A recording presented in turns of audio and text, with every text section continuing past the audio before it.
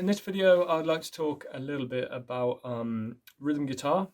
It's a video I've been meaning to do for quite a while, but only just got back around to thinking about it properly. Yeah, it's a subject that I'm really kind of interested in, rhythm guitar, and it's something that I work on a lot. I play rhythm guitar pretty much every day when I practice. I like to practice rhythm as well. It's something I really enjoy doing as well. I love playing rhythm behind soloists. And so I thought I'd just go a little bit into my kind of personal approach and my kind of personal kind of opinion on rhythm. Obviously, this is mainly gypsy jazz kind of rhythm or swing rhythm, but same principles apply to just rhythm in general. Really, it's a general approach, but I'll mainly talk about the swing side of things because that's the most common type of rhythm that I'll play. And it's most commonly played on a guitar like this, a gypsy style guitar.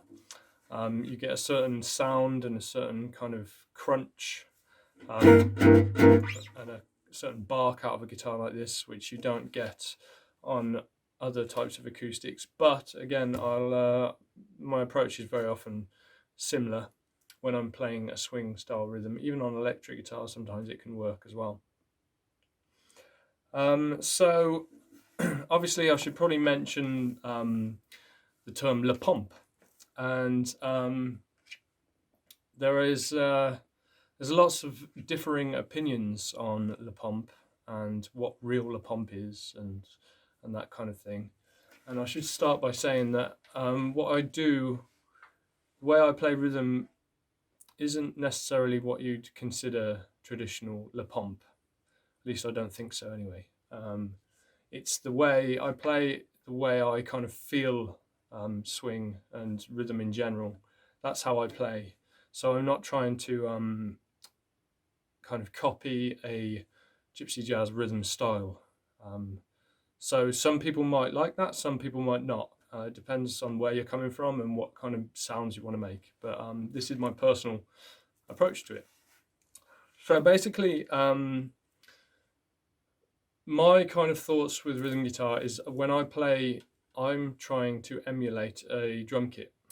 That's my kind of goal. So when I play rhythm guitar, I kind of think of myself as a drummer or a percussionist. That's the most important thing, and then after that is the chord and the voicings. So that's the way I approach it, which is why when I play rhythm I have quite a dry sound. I don't have a lot of chord in the kind of swing rhythm. It's very light, and that's the way I like it, because for me I'm trying to sound like a drummer. And so if you think about jazz drums, generally when once everything gets going, there are two common styles of jazz drumming. One is with a ride cymbal, where the drummer rides, 4 beats in a bar, with maybe some accents here and there, and then the hats going on 2 and 4, the hi-hat. And the other way is with brushes on a snare drum, and likewise you probably usually have a hat going on 2 and 4 as well, with the brushes on snare drum. And I think of those as two kind of rhythm styles, and then I try and emulate one of those very often. Not always, but that's often my approach. Now the brushes on the snare drum is more gypsy jazz sounding, and the ride cymbal is more kind of American jazz sounding. And so I'll talk about the brushes on the snare drum first. So when I practice, pretty much all the time, I use this here, which is a drum machine. This is made by Roland. It's called a TR8, and it's basically like kind of a modern version of the old-fashioned drum machines from, I think, the 80s maybe. But it's basically a step sequencer, I think they call it. And what you can do is you can set your tempo, and then you can drop instruments along the kind of grid. And so what I'll do is I'll just demonstrate a rough approximation of the brushes on a drum kit. Obviously this is a machine, it's just not going to swing like a real drummer, but just for demonstration purposes. So usually you have a hat on the 2 and 4, a hi-hat on the 2 and 4, and in jazz music and well, swing music particularly, the strong beats are on the 2 and 4. They're the beats that I like to feel. They're the beats that I tap my foot on. They're the beats you click your fingers on. They're the strong beats of the music, and so that's where the big accent is. So for a hat, I usually use a tom-tom sound. That's this sound here. Just to like a short sounding tom or a bongo, you know, that kind of sound. And so that's on the 2 and 4.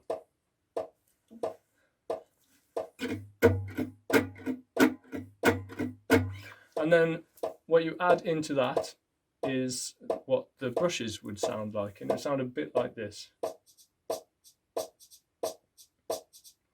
I use a kind of a shaker sound for that. So like I say, obviously this is a machine. It's not going to swing like a real drummer, but the basic feel is that. You imagine someone playing brushes on a snare drum, and you can have the little upstroke or not, the upbeat. You can have it more like that, or you can drop these in, you know, and you can change the accent on here, which is great. You can make it, oh sorry, it doesn't work there. Oh, here's the accent, yeah. So you can have,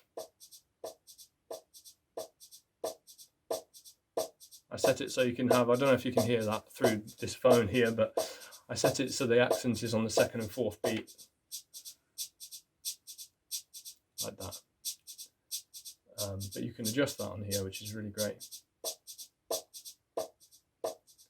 Now for me, I usually have the tom loudest, and just maybe a little bit of that behind. Very often when I practice, I just play with the 2 and 4. This is to demonstrate the rhythm sound. So I'm kind of trying to emulate that. So it's all about the right hand really. The left hand is the chords and things, but to get that kind of approximation,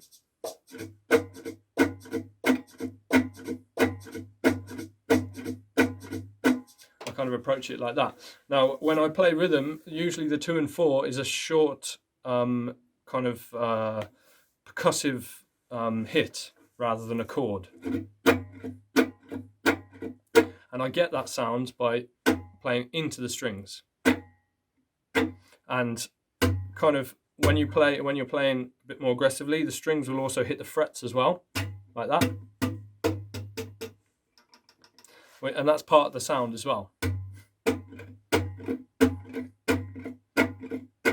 And I'm playing with my pick, but my pick is very, very, it's pretty much hidden. And that's why when I change my strings and I play rhythm for a bit, I end up with black fingers all along here because of the residue off the strings.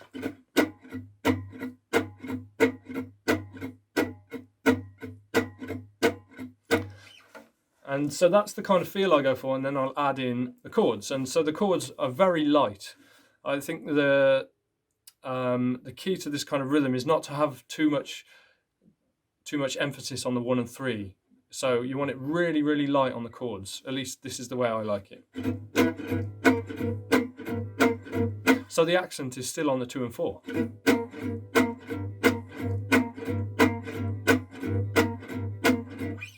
Rather than this, where you have like a heavy 1 and 3 push. I personally try and avoid that, unless I'm going for that kind of an effect maybe, but my general kind of swing feel.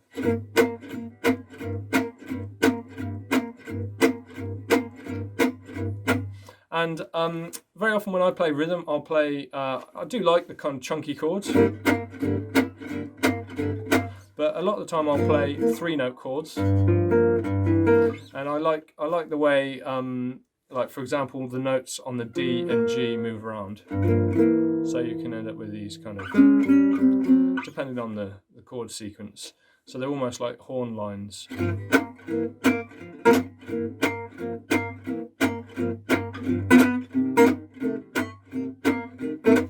horn lines in that example, but they can create kind of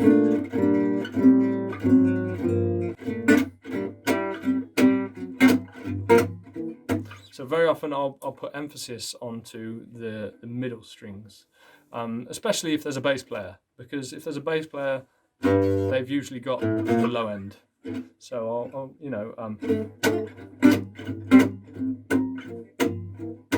so I'm kind of directing a lot of my attention to those middle strings rather than the whole lot, you know. But I do obviously play the low notes as well.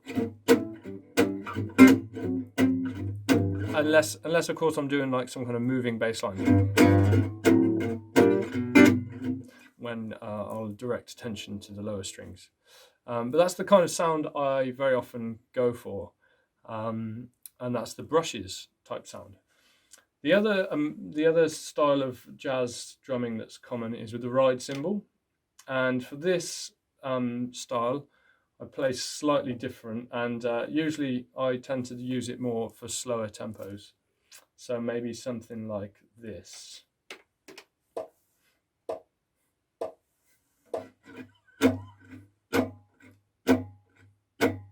And for that you'll have basically the same thing, but with a ride cymbal.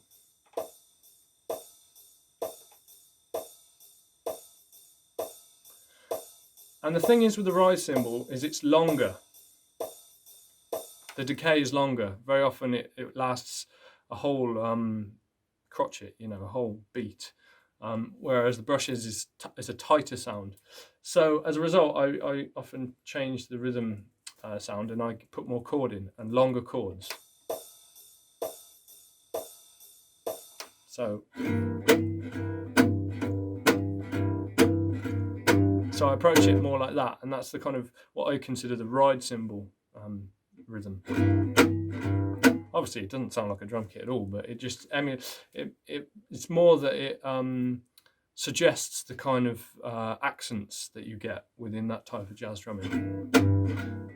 And for that, because you want the chord to ring out on the 2 and 4, rather than having a dead 2 and 4, I don't play into the strings as much. So I still kind of hit through the strings, but I kind of rest on these top strings because I'm very often not using those.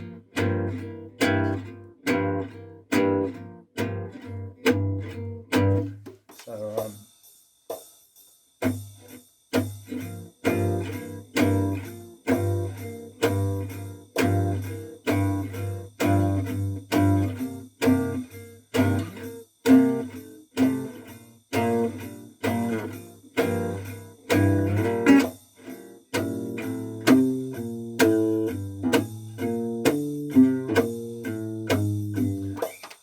and very often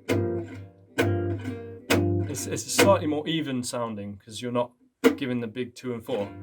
But I still try and get an accent on the 2 and 4, but I try and have the note ring out over it. And so very often I'm closer to the bridge when I play in this style, because my hand might kind of rest on the bridge. Sometimes it will be just like this, but I find sometimes when I'm more over the sound hole, it's harder to control it dynamically. Whereas when I use my palm to control the strings,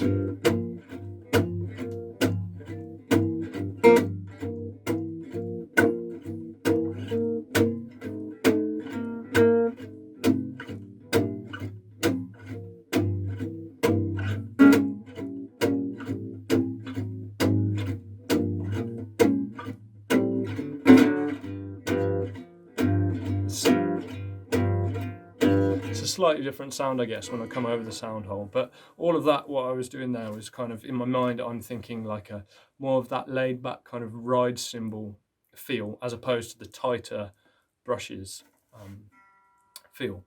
And so that's kind of that's my basic kind of approach to playing swing rhythm. Obviously there are some things which are really important as well, like dynamics. When I play rhythm, I really try and be dynamic. I like to have a large kind of dynamic range, and so when I'm playing behind a soloist, I like to be able to build when the soloist builds. And personally, I know some people say not to do this, but I really like it when rhythm guitarists follow the soloist. So, like a drummer would push, for example, on a Wes Montgomery solo, you'll hear the drummer behind him kind of push an accent in response to what Wes is playing, or whatever jazz soloist. And rhythm sections, I love the way rhythm sections respond in real time to the soloists, and so that's something I really like. But I know that some gypsy style players say not to do that. They should just stick to rhythm all the way. But everybody's got their own opinion and own preference when it comes to it. So it's up to you, really. You kind of find the way you like and the sounds you want to make. Yeah, and the other thing I should mention, I've got some notes down here so I don't forget anything. So pushes and things like that, very often I kind of think almost like a big band in a way, like a horn section. You know how horn sections have kind of pushes and little arrangements and things around chord charts. And drummers as well, the way drummers will push on a cymbal, I kind of try and basically emulate that very often.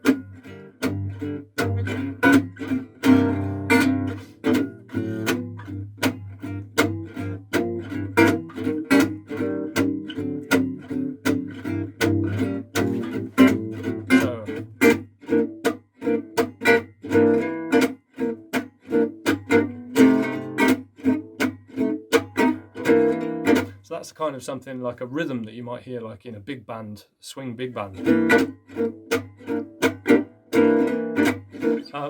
Something I do a lot on rhythm is I push on the 2 rather than the 1. So I often come in on the 2, which is why I named my second album In on the 2, because it was my second album, but also because with rhythm guitar, I like it when the band comes in on the 2. So 1, 2, 3, 4, 1. You land on the 2. 1, 2, 3, 4, 1, 2. Or even just push.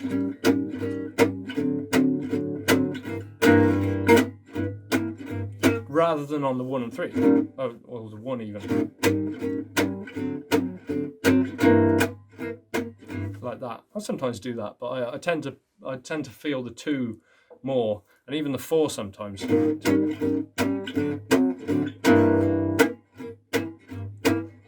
On the 4, the 4 of the bar before, if that makes sense. 1, 2, 3, 4, 1, 2, 3, 4, 1, 2, 3, 4, 1. So that's just a thing I like to do, and I think works with swing stuff. And also another thing you can do, which I like about playing rhythm, is because you've got a very different 1 and a 2. Like your 1 is like the chord, and your 2 is like the percussive hit. That gives you options of like switching them around and doing accents in different places and messing around with kind of odd times and imposing groups of rhythms in different places. For example, an obvious one is what I do quite a bit is to swap from 1, 2, 3, 4 is to swap the 2 and the 1 over. So you end up with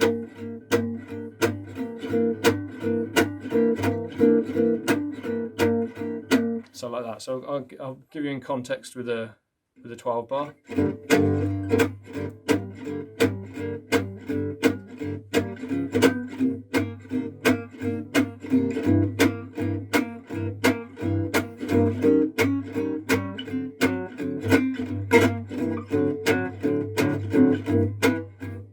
So it sounds like maybe I've skipped a beat there, but what I'm doing is I'm flipping like a mirror and then adding 1 at the end in order to get back to where we were before. And there's lots of little tricks you can do with that kind of thing by, imposing like a 3.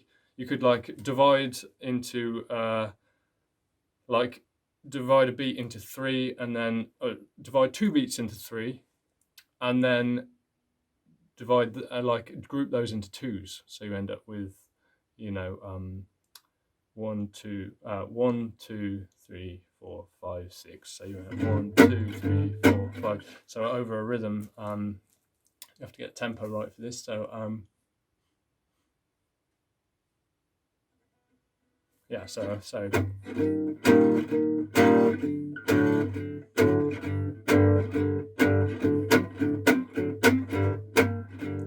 I go 1 2 3 4 5 6, but then I divide that into 1 2 1 2 1 2.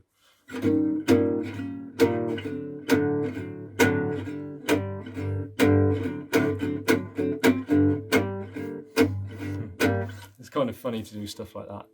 Another one I do sometimes is I divide into a half time beat. So like,